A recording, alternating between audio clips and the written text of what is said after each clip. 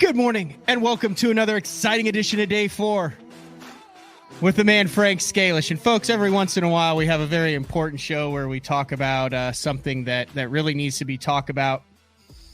And usually we have Frank on, but Frank is getting ready because today we are talking about the important issue of catch and release into the grease. Catch and That release right. into the grease. This is so weird. I'm never nervous, and I'm nervous. Are right you? now. Well, I mean, you're channeling your inner cooking show. It is that time of the year where you gather around the TV and you watch holiday baking championships. But you did it. Did you do a chowder recipe? Yeah, we did year, a Frank? walleye cheek chowder recipe last year, and it is phenomenal. It's on, I forget what episode it's on, but it's on one of the episodes. And so I had, because thanks to Matt, I had been going out and catching obscene giant crappies here. And so I had posted I posted an Instagram of some giant crappies I caught, and the last picture in the post was big fillets on a plate, blah, blah, blah. And then, and it got a really good response. So I have I think it's a unique crappie recipe. So I want to share that with you. But what we're going to do is we're actually going to cook. I got a big backstrap from a big crappie. We're going to actually cook that. And then later on after the show for lunch, I am going to make a crappie taco. But I'm not going to make the crappie taco on air. I'm just going to show you how to cook it, show you the spices I use, etc. For those listening on iTunes, Frank is in his kitchen in Cleveland, Ohio. He has stainless steel pans out. The sun appears to be shining. The kitchen is looking immaculate, by the way. It literally looks like something you would see on a cooking channel kitchen. Go ahead. I see some oil. You have the stainless steel pan. You've got some tongs out. You've got all sorts of stuff. So what I guess I'm going to do is then kind of turn it over to you for the cooking portion with Frank SCALISH, and then you're going to mosey back upstairs for to your studio for the second half of the show. Correct. And there are some insane deals over at LureNet that you get to the cooking episode because we talk about LureNet in the second half. So right. So yeah, we'll talk about all the Black Friday deals and stuff on LureNet later. Right now there's the one trick that, should I just go into it? Yeah, that's what we're here for. I'm here to do. Is this the same? Is this somewhat the same recipe that you cooked the walleye with for me when I came and visited? It's similar. Okay, because that was absolutely insane. Yeah, it's similar. So have at it. The floor is yours. All right. So the first thing we're going to do is I'm going to get Bisquick. Here, I'll just zoom it in. Bisquick. And then I'm going to get all-purpose flour, which I already have. And so the whole key here is 50-50. 50% all-purpose flour and 50% Bisquick, which I'm going to add the Bisquick in right now, and we'll get the show on the road here. So I didn't add it in prior because you can't tell the difference once it's in there. So basically all I'm going to do is it's just a 50-50 mix. And now comes the good stuff. So the first thing I'm going to do is let's get the spices out here. Okay, first thing I'm going to do is ground black pepper. And when I say add it, here, I'll show you. I'm putting a lot in there. And I'll show you what it looks like in a minute. Then I'm going to get sweet paprika because you want that sweet smoky flavor. That's key. So the sweet paprika. If I could open these. See, that's why they always have them on the cooking channel in little plastic things, and they dump them in so they don't run into this. All right, we add that. Wow. And you see I'm not measuring anything. Mm-hmm. And then cayenne pepper, Okay. because you got to have the cayenne. That gives it a nice little bite. Just a dab of cayenne, or it looks like that's probably what, a teaspoon? Oh, it's more than that. It is. You kept going. Yeah, so here, I'll show you what, hopefully this doesn't slide on me. Okay. So I've got my black pepper, my cayenne, and my smoked paprika. Mm-hmm. And you see it's a lot. I mean, I'm not cheap Yeah. on the spices. Okay, so then I'm going to get thyme, dried thyme, and I'm going to just hit it up with dry thyme. And then, of course, no fish is complete without salt. And so I'm going to add the salt pretty liberally. Okay. And now here's the trick, okay? So I put the lid on this thing, and I'm going to mix all the spices up. Super easy. You're just doing it in a little Tupperware container. Yeah, super simple Tupperware container, big enough to house the fillet. Now I'm going to smell this because I want to smell the cayenne pepper. If you can't smell the cayenne pepper, you don't have enough in there. So I smell it. It smells really good. I could smell the black pepper and the cayenne pepper. So now here's the cool thing. So what I have here is I have a crappie backstrap in ice water. Okay. No eggs, no nothing. This is very, very, very simple. So what I'm going to do is you know what? First I got to get us going here with the oil, because the oil is going to take a minute. Oh, that's the old school way to light it. Well, I have one igniter that's out. I got you. And I can't figure out how in the heck to replace it. So what type of oil are we working with here? I'm using canola oil right here. And so basically I'm putting enough oil in the pan to cover the fillet. Okay. So now the problem now is I didn't do this. I should have lit the pan first and got the oil hot so I can just do it and dump it in.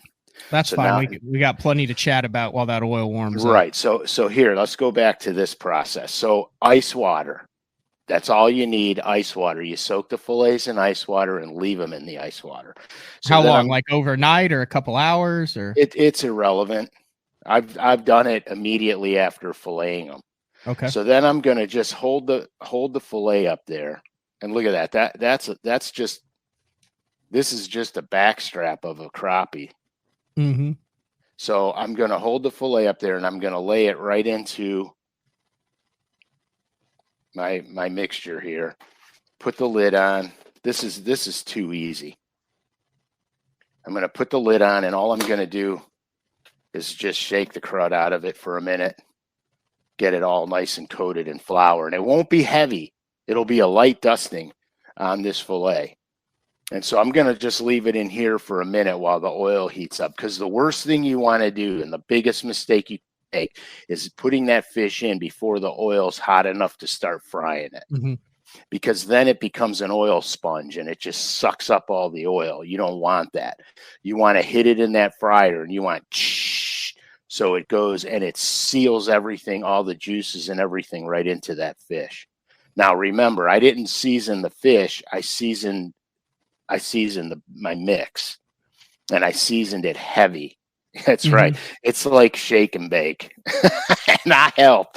Dude, you're giving up your age right now, just so you know.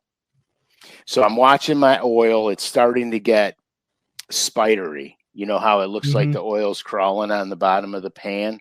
So we're getting fairly close right now. Now that style of burner gets hot more. Oh yeah. More quickly or faster than the electric burner. Correct. Because that's just straight blue flame on the bottom of that stainless steel pan. That's true. And the pan I'm using has a 1/2 inch stainless block underneath it. It helps the pan from warping. It prevents warping. It holds the heat. Like after I get done using this pan, I'll set it aside and it'll be hot for an hour. afterwards. So you got to Okay. be, you got to be careful with that. Any reason you're going with canola as opposed to vegetable or peanut? Well, Or my that's wife's allergic to peanut oil okay. That's a great reason. because actually I've done it in peanut oil. I've done it in avocado oil, which Really, avocado oil.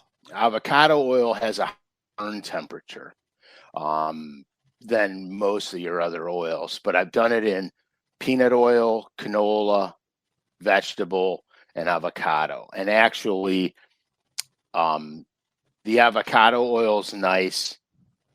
Canola seems to do the best. Mm-hmm. Seems to do the best for me. It gives me the less problems. You never want to deep fry anything in olive oil. I mean, you can, but it's heavy. That's Olive more of a oil's saute heavy. deal where you mix the olive oil with the butter Right. to get kind of a saute there. Everyone on the comments is saying that that you need to be drinking some sort. Either Charlie would like you to be drinking a glass of wine. Terry is disappointed that you don't have a Bloody Mary. Well, theoretically, I don't drink wine, but when I'm doing dinner, beer is not out of the question. Wait, you're a guy who grew up in Cleveland and you don't drink wine? Yeah, I'm Italian, and we used to make wine, and I don't drink wine. Wait, you used to make wine personally, like illegally in a basement? Yeah, my family did. We had Oh, wow. a wine cellar with all the wooden barrels in it. Oh, cool. Drunkwood would have loved it, man. Those barrels were old, ancient. Yeah. They had a lot of patina on them, dude. John would like to know if that's a JDM pan that you're using, straight from Japan. No, it is I can't even read it. Calphalon, I believe. Okay. How do you know? You said the spider, but how are you going to test that oil before? Yes, I'm going to actually test it right now, and all I'm going to do is I'm going to stick my finger. No, I'm not going to put my finger in it. I am just going to take the fillet, and I am just going to touch. It's not quite there. We're super close. Okay. I'm just going to touch it in there. I want that thing to start sizzling, and then we'll have, because it's a really thick fillet, so it'll probably be about 3.5 to 4 minutes before we're done with it. Nick wants to know, you don't pat the extra water off of the backstrap. Just drip it. Let it drip for a minute, and then throw it right in the flour mixture. Shake it up, and you can see how it's got a nice nice light coating on it. It's not real thick like cornmeal. Cornmeal gets real thick, and like they do a lot of catfish with the cornmeal. It gets real crunchy. It's really thick.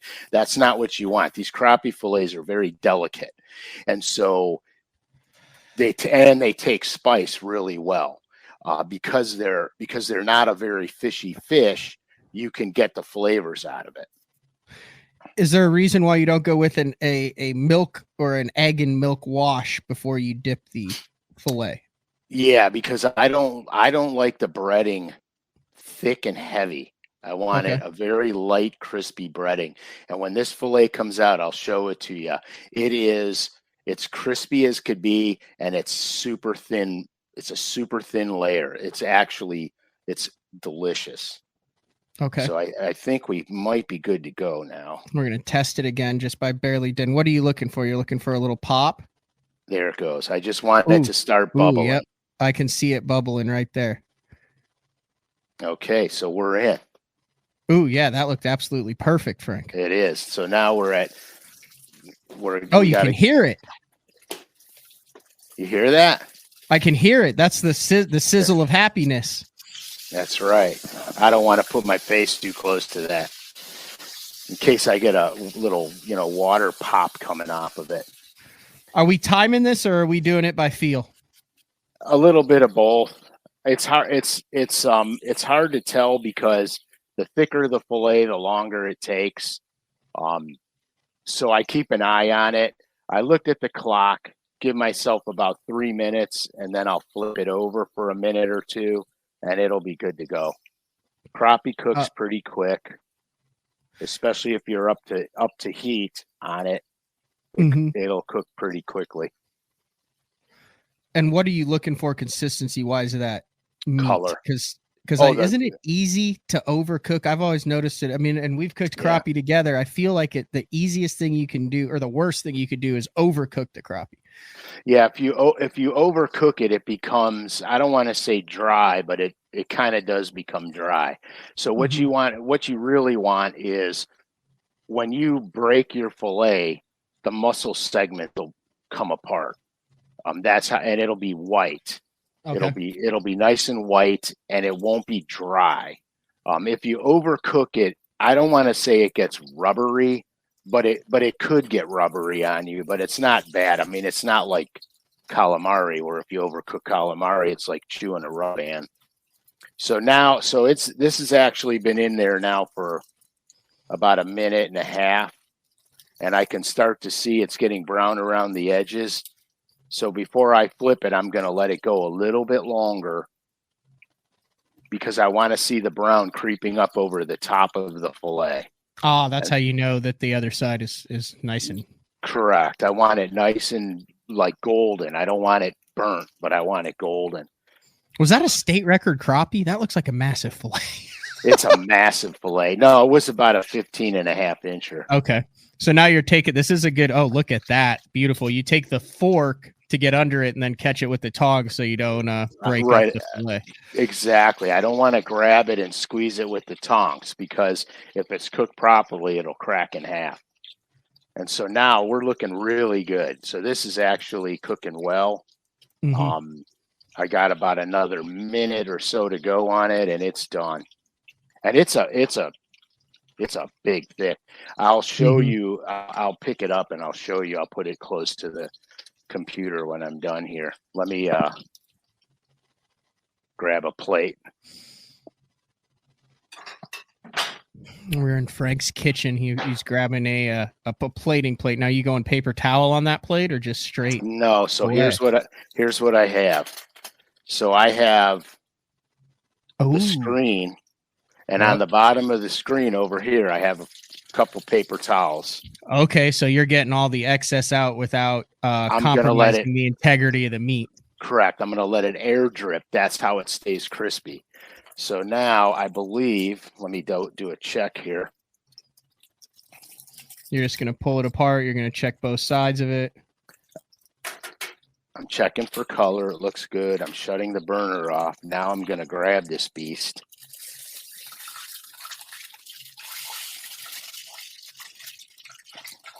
Let the excess drip off into the pan. I'm going to lay it on my screen, and then I am going to a little bit of salt on that bad boy. And now let me move this pan so I don't be careful, Uncle Frank. Burn the living you know what out of myself. Yep. That burner off. Oh yeah. I did that last week. I left a burner on for 9 hours. So you can see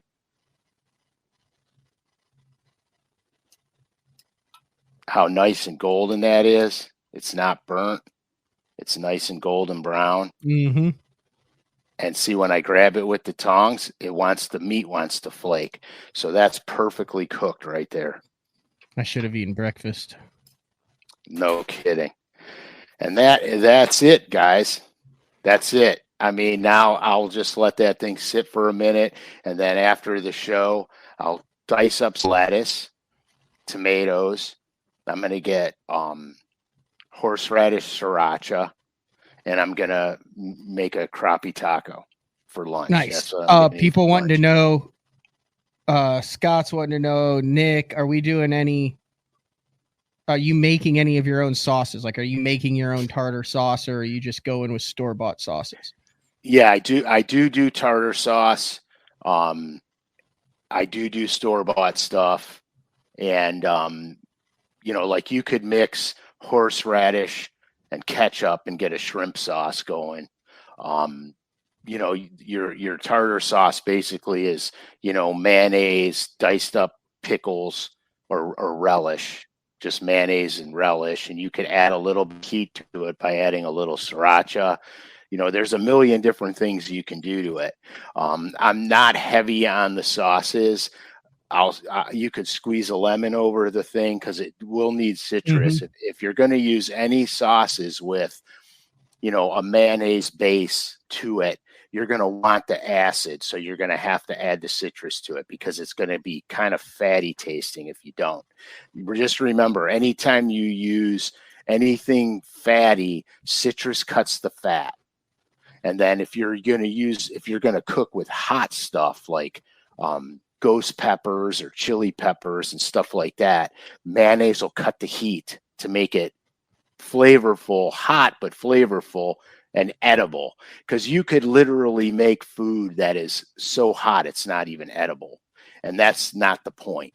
The cayenne pepper in this crappie gives it a bite, but it gives it a bite and a little heat level, but nothing crazy. Like Frankie's not a big hot pepper guy, but he'll eat these things by the basketful.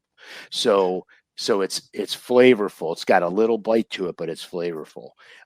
That's kind of, that's how I do it.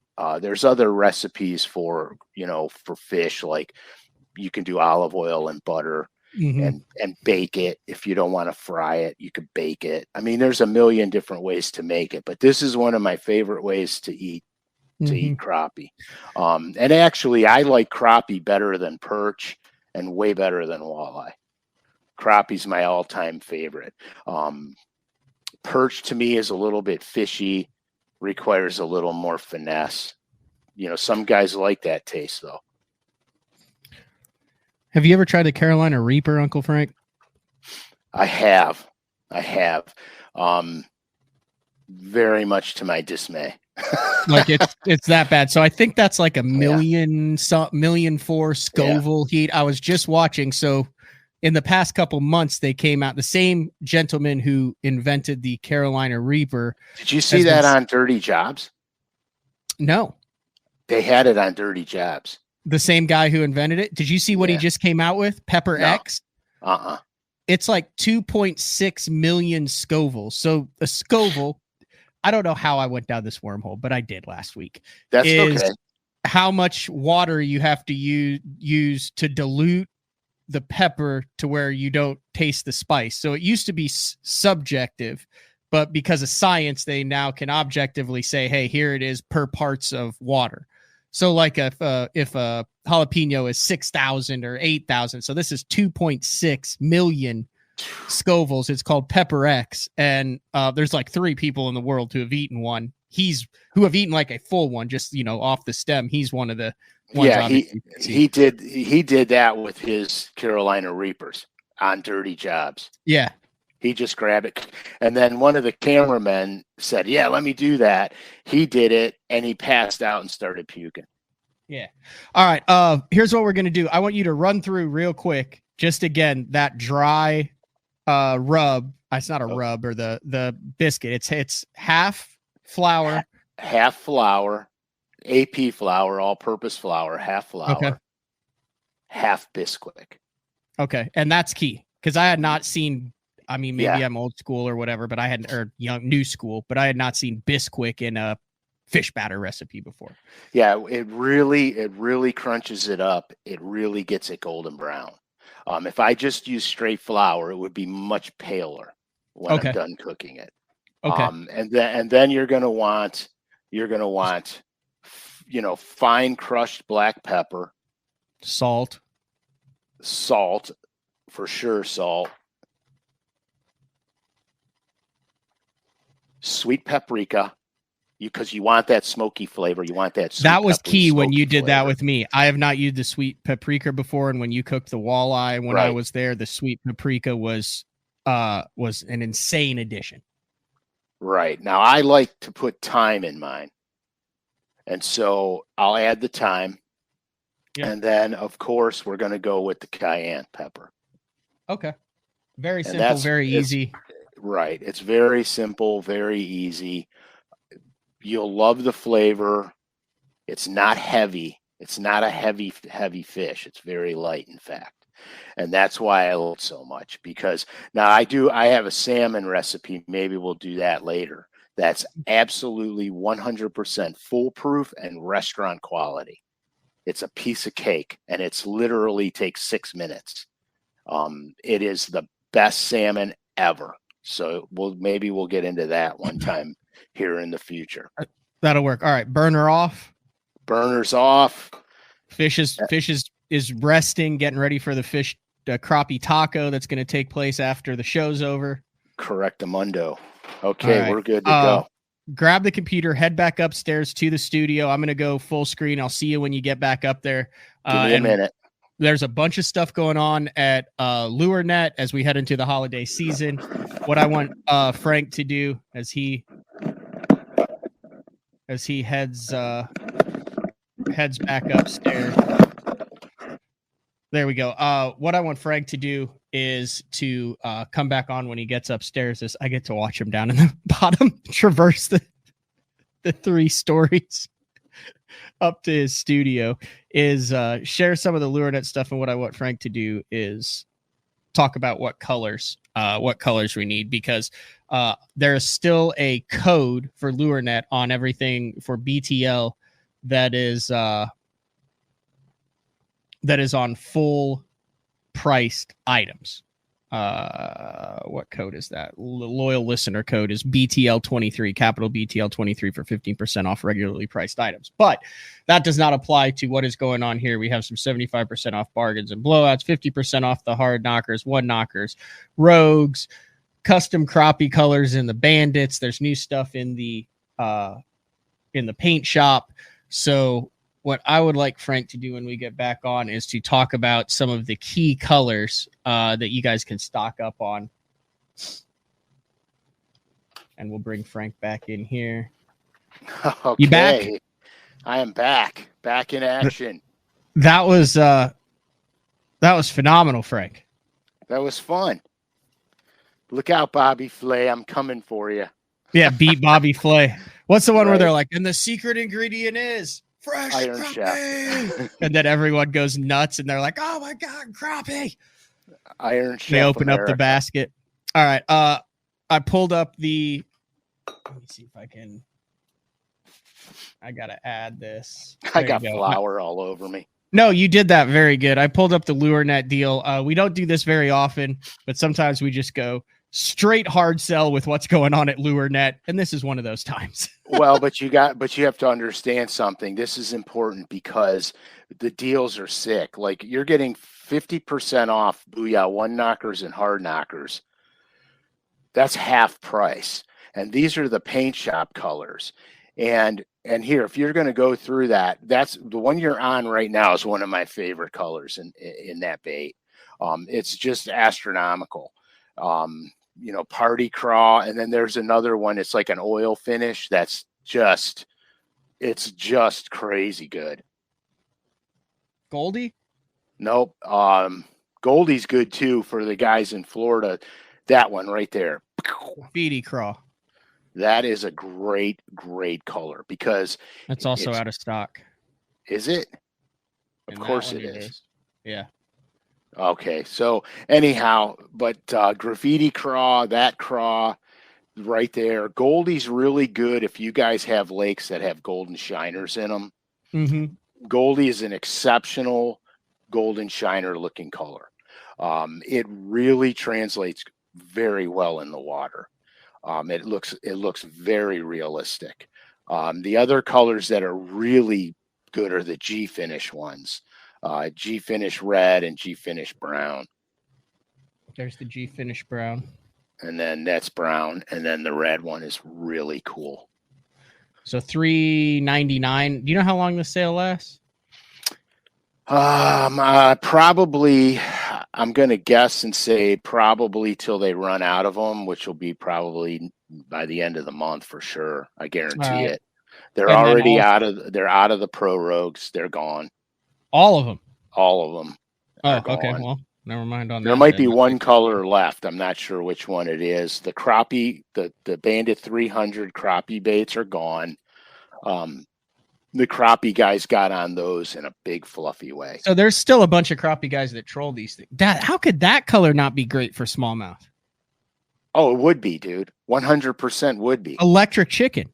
Right, dude. I mean, come on. It's one of the best crappie colors out. That and monkey milk, which there was a monkey milk crankbait in there too that I did.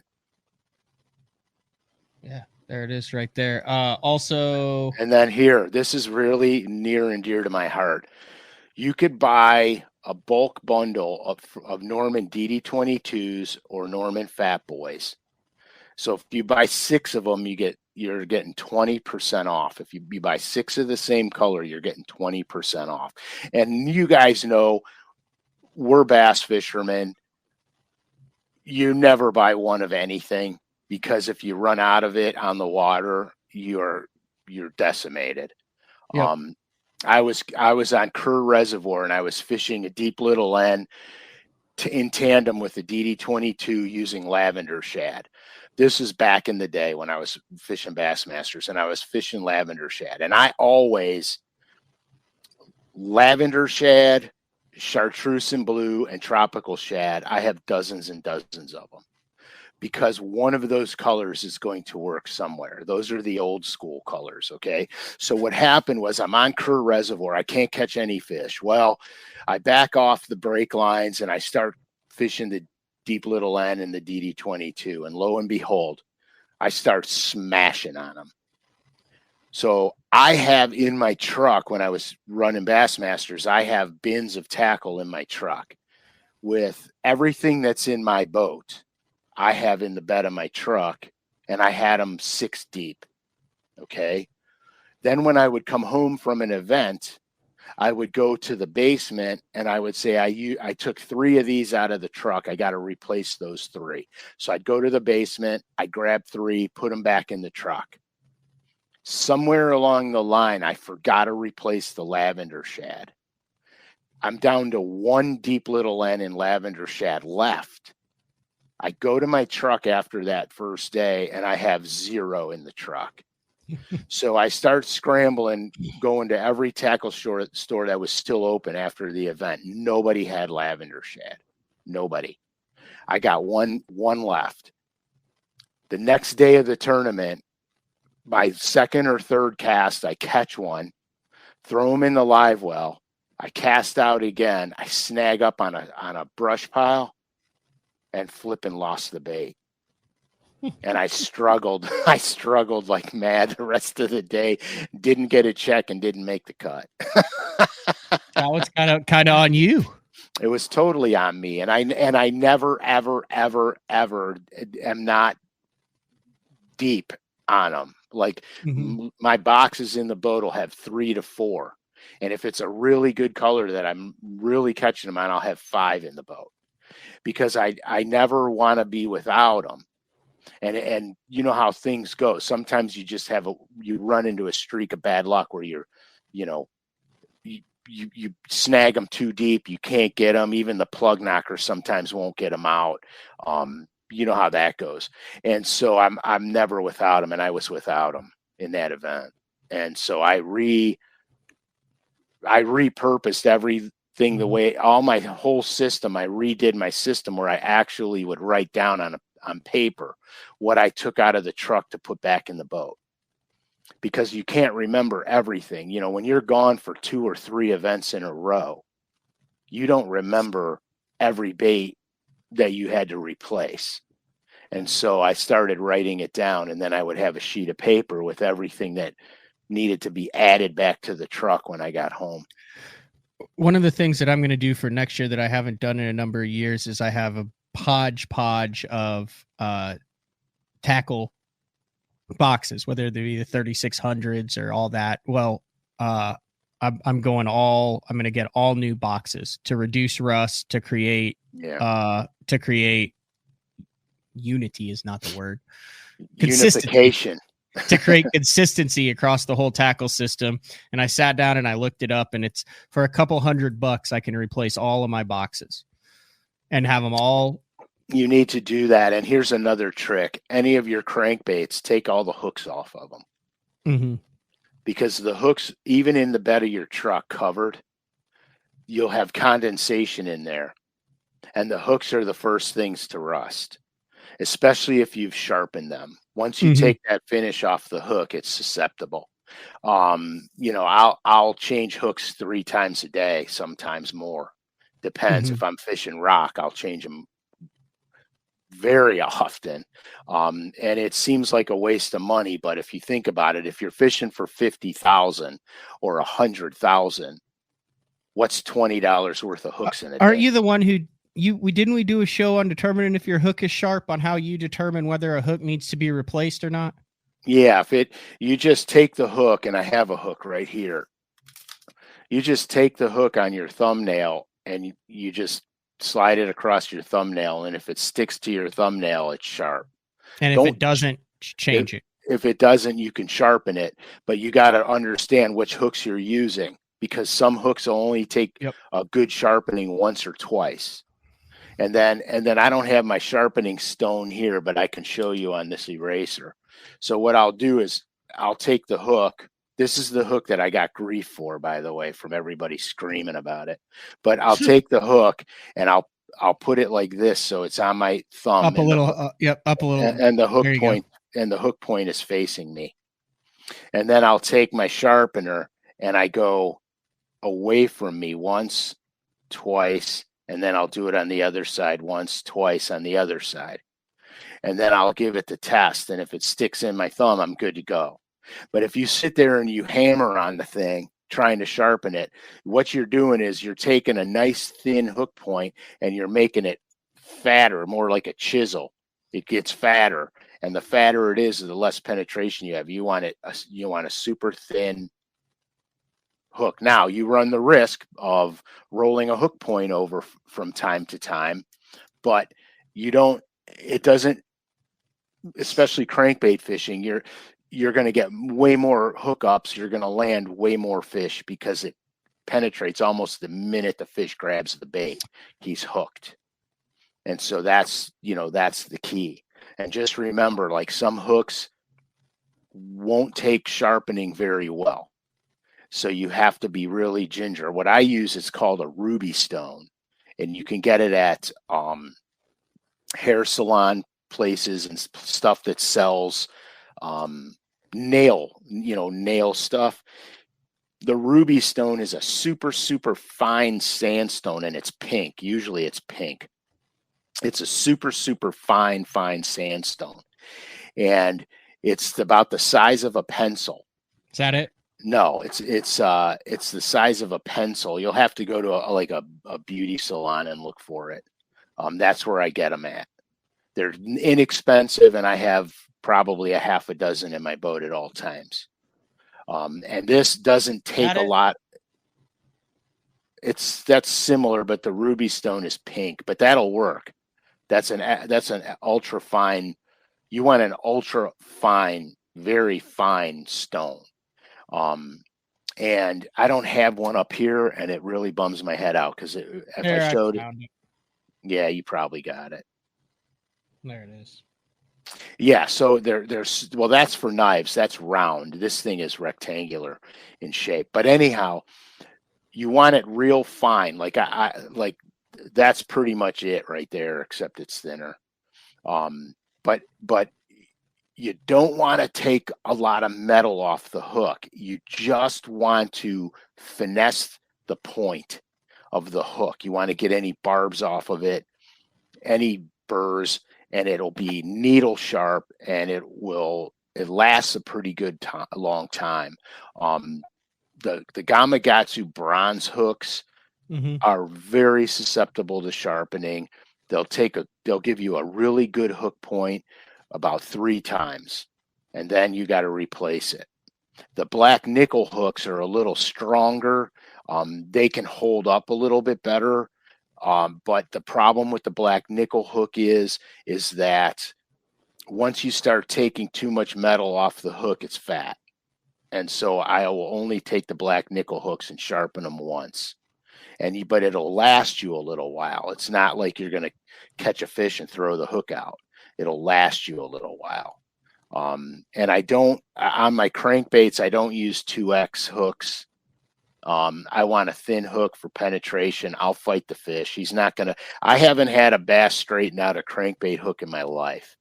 And so the guys that say they get their hooks straightened out all the time on crankbaits, they're using too stiff a rod, they're using heavy line, and they're hammering on these fish.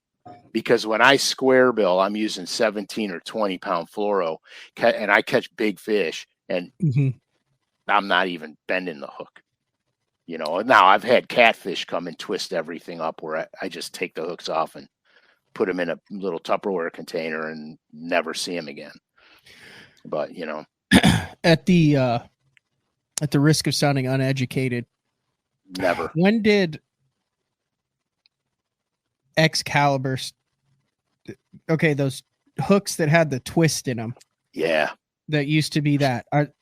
What was the deal with those? Do they still make those? Because those used to come on all the fat-free shads and some of the Excalibur, obviously the Excalibur baits. And there were two versions. There was a bronze version, and then there was also a black nickel version of those hooks that twisted. They were, I don't even know how to describe that hook, but that always seemed to be like the holy grail of cranking hook back in 20 years ago. Right. It was like a rifled hook almost. Okay. So the minute the fish grabbed it, it spun and penetrated into the fish. That hook was a fantastic hook. The one thing I didn't like about it, it was a chisel point. Okay. And so if you don't sharpen those exactly on the same angle, you actually dull them. You do more harm than good on them. If it was a conical hook, I think if it was a conical hook, I would have had 1 million of them by now, because I took them all off my baits and I saved them all. And then I had a friend of mine last year who loved the hook so much, and he was freaking out because he couldn't get them. And I said, I got a surprise for you. And I gave him about 100 of them. And he was like so happy. Was that a Pradco hook, or did they? I mean, they were the only ones that had the hook. Yeah, it was a specially made hook. Why'd they go away from those? I think they just in general got away from terminal tackle. I gotcha. In general, but because they used to have tungsten slip sinkers and everything. Yeah, you're right. And the line, silver thread, and the silver thread. Like I was a silver thread junkie. Yeah, I remember back in the day, and I had so much silver thread that, and you remember from a bunch of episodes ago, probably a half a year ago, I'm out of all my lower diameters in silver thread. So that's why I started going Sunline, because I need to find another fluorocarbon that I could mix, that had the same line diameter, et cetera, et cetera. And then I'm finding other stuff out, about the Sunline because I'm a lunatic when it comes to that stuff. Once a week gets you. Yeah, John said he saw the house at BTL once a week. Must be good, Frank. Yeah, don't forget that, guys. I was fishing for 15 years and designing baits for 15 years before this. So, but yeah, I rebuilt that whole kitchen. I had Frankie come over. He helped me sand the floors down, the hardwood floors, because that was a nightmare. And then I took all the cabinets out and apart and sanded them all down and repainted them all, which was another nightmare. The more I get to know Frankie, the more I start to think he might be one of the handiest guys that I know. He is. From motors to home improvement to everything. He just seems like he's a handy guy. He is. He redid his house. He bought a house. Him and his buddy redid the whole thing. They had to build a whole new front entranceway on it and everything. Actually, I love traveling with him because I don't worry about anything. Because between his mechanicals and how he can rig a bass boat, no matter what problems we encounter, we can tackle them. And it's a lot of fun, actually. Like we redid my trailer. A couple years ago, it was still snowing out. We had a warm day. So I said, let's go get the trailer done. So we went to this lake, dumped the boat in the water, cracked the ice, got the boat in the water, tied it up, and we busted all the bunks off the trailer. We brought sanders with us. We sanded down all the brackets. re-rust proofed them, etch primed them, painted them, and then put brand new bunks on it and everything. And we did that in the parking lot in one afternoon. I would be remiss if I didn't mention, I got to share this screen because we have done shows on this before, and this is a stupid good deal. So the main thing, 75% off bargains and blowouts. The first thing that I'm seeing here are the lure blank kits. They're $8. Yeah. They're $8.75 for the hooks, the packaging, the blanks, everything. And you're getting 5 baits. Or 6 baits. How many baits in there? 5 or 6? I can't read it. I can't read that. 6 original DD22 lure blank bodies, 12 number 2 treble hooks, 18 split rings, 6-piece blister packaging if you want to package it all of your stuff by itself. Here's a picture of everything. That's $8.75. That's the best. That's one of the best deals on the planet right there. That might be the best deal. We sound like QVC now. I don't give a damn. Hey, that's how Mike Rowe got his start. Yeah. Hurry now. If you hurry now. 3 easy payments of $1.97. But don't act yet, because with that kit, you get. There's more. What? Split rings? Shut the front door. You had me at blanks, but you throw in split rings? That's right. But yeah, I mean, it's a great, that's for anybody that paints or is getting into painting. This is your opportunity to get these packs, because you're getting 6 baits for the cost of 1. They have little ends, DD22s, and the XCS ones, and the Super Spook Junior.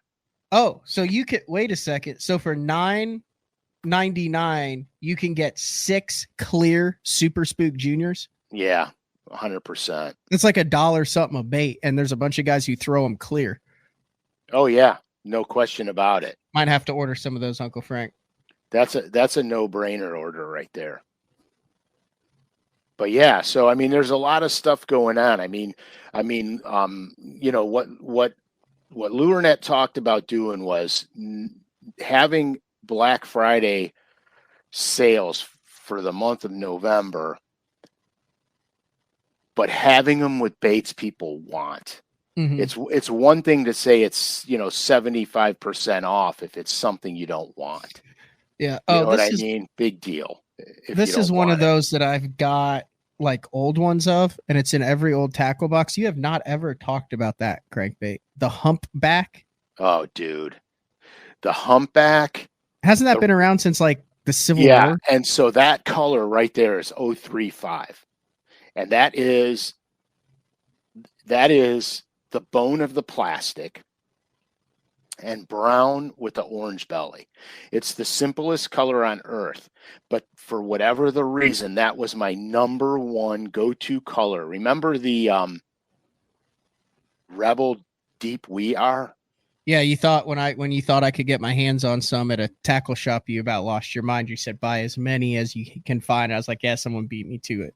Right, because that was, dude, I caught an 8-pounder. I caught an 8-pounder on it on Smith Lake. I caught every one of my fish on it. It was a Jerry Ryan tournament, and I think I took 8th or 14th in it. And I caught every one on the Rebel Deep We Are in 035 crop hatter. Huh. Real quick, Mike wants to know, will Spike It pens work on the blanks? Clay said they will, but if you want to buy the blanks and you're not into painting, can you use a Spike It pen? Yeah, it'll wear off. It'll definitely wear off, because the Spike It pen is designed to penetrate plastisol, soft plastic baits.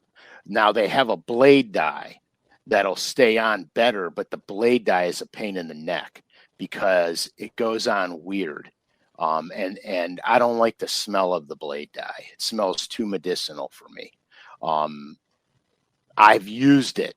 I got to be honest with you. I was on Gunnersville one time, and I didn't have any red chrome rattle baits. And so I was taking my blackback chrome and dipping them in red blade dye and hanging them up in my hotel room to dry overnight, and that's what I was using. But God, I can't. That smell just. I hear it was you. horrible. Any other baits you want to highlight, Frank? Or I got an industry question then, because you've lived through it and we're living through another. I'll spring this one. Oh, on you. Okay, spring that on me, and then I got something to say. Yeah.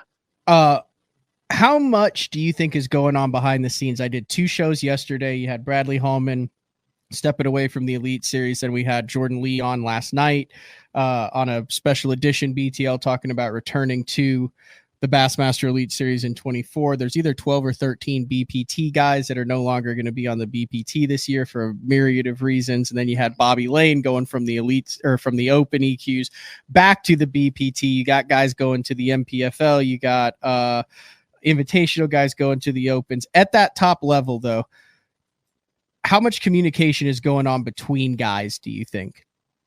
You've been there with discussions when stuff was going down and you were on the tour. Were you constantly talking to your buddies on tour, or they were talking to everyone else? Or is this a thing where everyone's making individual deals and minding kind of doing it on their own? No, because here, look, when and Paul Elias could probably attest to this, and some of the other guys that have built very big names for themselves. Mm-hmm. I was very boisterous about the tournament trails becoming much more angler friendly. I fought and kicked and screamed all the way, and I was not quiet about it. I made a lot of friends in the process. I made a lot of enemies in the process. I never burned a bridge, because every trail, everybody's an individual, and every trail that's out there will suit some individual's needs better than others. Mm-hmm. So they're going to gravitate towards what they think their needs are going to be fulfilled like. Now, part of the problem is when you got guys going back and forth, back and forth, back and forth, at that point in time, I think it becomes more of an excuse than a need. Because look, in order for you to make it in any trail, you got to put your time in on that trail. And so if you don't like the format of one trail and you go to another trail and you dip your toes in the water and then you bail and go back, you're not giving anybody a fair shake, any trail a fair shake. I'm a believer. No, this is no put down on any bass trails out there. I'm a believer in Bassmasters. When I grew up, that's all I wanted to do is be a Bassmaster. Mm-hmm. That's the only dream I had, was to be a Bassmaster, fish at the highest level, make a classic, win events. That was my goal, and Bassmasters was it for me. I started out in Redman, which would be equivalent to BFLs today. Mm-hmm. I started out in Redman. I fished a few seasons in the Redman division. And then I fished a lot of team tournaments. I fished a ton of tournament trails growing up because I wanted more tournament experience. And I wanted to see many different lakes. Like before I ever went to Bassmasters, I fished a tournament trail in North and South Carolina just to get myself familiar with those fisheries, the spotted bass fisheries, because you have to understand something. The only time when I grew up, the only place we had spotted bass was on the Ohio River and one reservoir in Ohio. And the spotted bass in the reservoir were not worth fishing for. Mm-hmm. But the ones on the Ohio River, we used to win a lot of money catching them. Well, the Ohio River changed its complexion a lot, and now it's become a smallmouth fishery, where in the beginning it went from largemouth to spots to smallmouth. And so now parts of the river will have all three, but you're going to be hard pressed to win it on one specific species. So I needed to get out of this state to experience things. So I fished a lot of different tournament trails. Some I thought were run poorly. Some I thought were run excellently.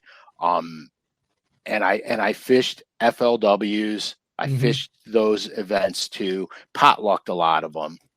I still believe in my heart and in my soul that Bassmasters, for me, was the way to go. And so I never put my time in another trail. Now I potlucked a couple just because I was laid over at that area and the event was coming. So I'm like, I'm here, I'm going to fish it anyway. And so that's what I did. So, yes, anglers talk, 100% anglers talk, mostly between friend to friend. Except for me, because I would come unglued on things. When I won Rookie of the Year, they didn't recognize it, and which rubbed you the wrong way. It did terribly, and I said, "Hey, look, there's got to be a money prize for this, because this guy, the guy that wins Rookie of the Year, is the guy that needs the money the most." And so there has to be, and the very next year, I think they gave him free entries in 10 grand or something like that. The very next season. But I complained, and I shouldn't say complained. I just pleaded my case. Brought to their attention the injustice. Right. Not that I was ever going to get the money. Okay. Because I already won it and I already got nothing for it. I got a little trophy about that big. And so that's kind of, the deal. I think that jumping over now, I don't know. I mean, when FLW first came on the playground, there was a lot of guys that bailed on bass and went. I think they did that because there was a lot of promises made, and you know what I mean. Yeah. There was a lot of promises made, and guys wanted, to stop fishing for their own money, basically. And I don't, but that's not how it happened. That's not what happened. So then you had guys that were disgruntled and went back. And so now you're getting this ebb and flow again because things are changing. You know what I mean? I was thinking about Bobby. So Bobby started his career with FLW. Then he went to the Elite Series. Then he went to the Bass Pro Tour. Then he went back to the Opens. And now he's back at the Bass Pro Tour. Right. I mean, that's a lot. And I don't hold any of it against him whatsoever. Whatever works for you and your family, that's how the world goes around. And the more options that guys at the top level have, more power to them. Options lead to accountability. Well, yeah, 100%. I mean, here, look, at the end of the day, the angler's got to do what's right for the angler because nobody else is looking out for you.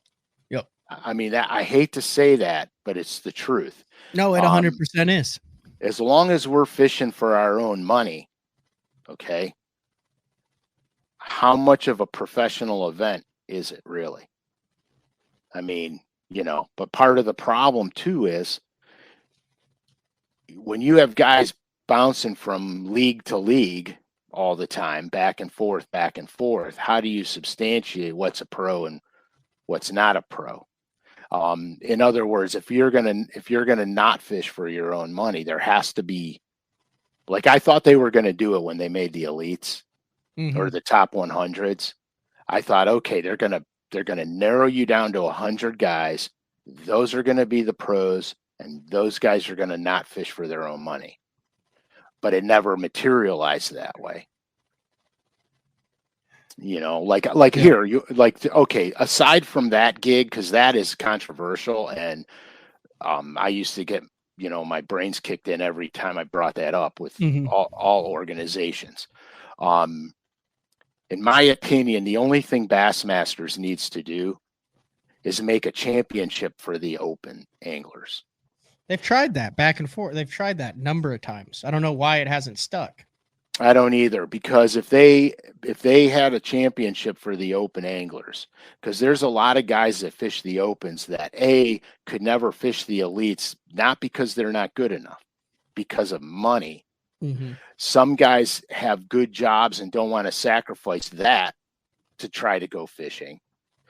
So their pie in the sky is to try and win one and make a classic. If you give them a championship that's worth decent money, I think you'll have a lot of guys stay in that full field for the entirety. because here's the deal. The guys that are doing all 9 of them, most of those guys want to make the elites. Yeah. Now there's a lot of those guys that want to just do 9 because they want to do 9 events. They just want to do 9. But you got to give the anglers something to lean on. If they don't make the elites, there's a championship where they could have the potential to win money. So the season's not worthless. It would have kept me in it if the top 50 made open championship out of even 170. I guarantee you, I would have been at the last Open, and Andrew Upshaw would have been at the last Open. Damn right you would have been, because you'd have a chance to win 100,000 or 150. Of course you would. And so you know how it is in the Opens. If you're not fishing all 9 to make the elites, once you realize that your chance of making the elites is slipped away from you, you'll see the drop off in the last events. The participation drops way off. But by keeping an open championship, you keep the participation level up there. And so your drop off is not that much. I talked to someone in the know, so to speak, and I haven't mentioned this before. Already over 150 anglers signed up for all 9 Opens next year in 24. Yeah. There were 176 that did it in 2023. That's a little more than half the field. Yeah. Before I went on this tangent, you said there was one thing that you wanted to get in before we wrap. Oh yeah.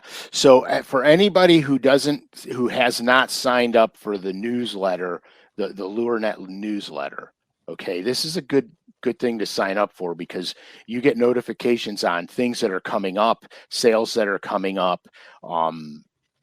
So you're in the know, you know what I mean?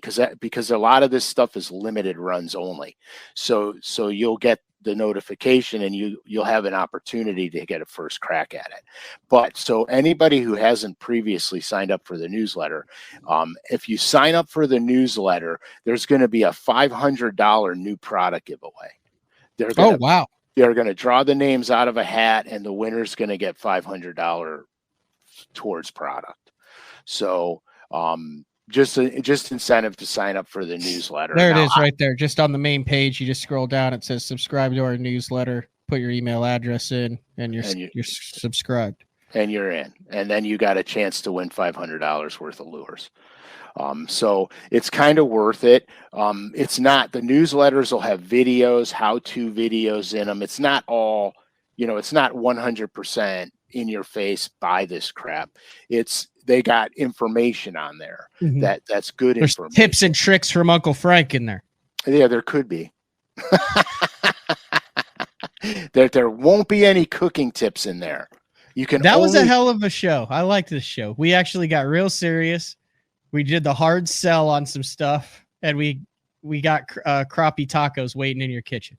I know. I'm gonna smash that thing for lunch, dude. It's gonna be money. I hear the music. Anything else? No, man, this was good. I gave that a 50% chance of working, and it worked. So I think we're going to, now that I know we can keep the reception down there, I think we're going to have to periodically rifle in a cooking segment. I like it. Let's do a semi-annual, which would mean every 6 months. So we've got like a 4th of July, summertime, and then we've also got one going into the winter. Perfect. Love it. All right. This has been another edition of Day 4 with the man Frank Scalish. Next Thursday, is that Thanksgiving? I got to look on my handy dandy calendar. No, hey, I got to do a birthday shout out to my wife, whose birthday was yesterday. 40th birthday. Congratulations. Right. 35th. Happy birthday. Yeah, I think next Thursday is Thanksgiving, isn't it? Yeah, it is. The 23rd. You want to knock something out on like the 20th or the 21st next week early? We can.